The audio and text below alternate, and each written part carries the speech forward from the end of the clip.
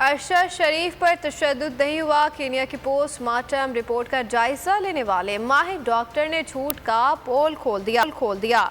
Doctor Ahmad कलेबी का कहना था कि पाकिस्तानी मीडिया में चलने वाली तशद्दुद की खबरें झूठी हैं। अरशद शरीफ के फ्रैक्चर तशद्दुद नहीं, गोली लगने का नतीजा है।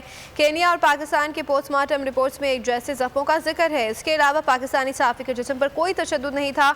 तशद्दुद की मन घड़त खबरें चलाई जा रही हैं। नाखून भी DNA एनालिसिस के लिए निकाले गए थे। 2 से 3 घंटे तशद्दुद की बात भी दुरुस्त नहीं। जख्म लगने और मौत में 10 से 30 सेकंड का फ़र्क है, करीब से नहीं। अरशद शरीफ को दरमियानी फासले से निशाना बनाया गया।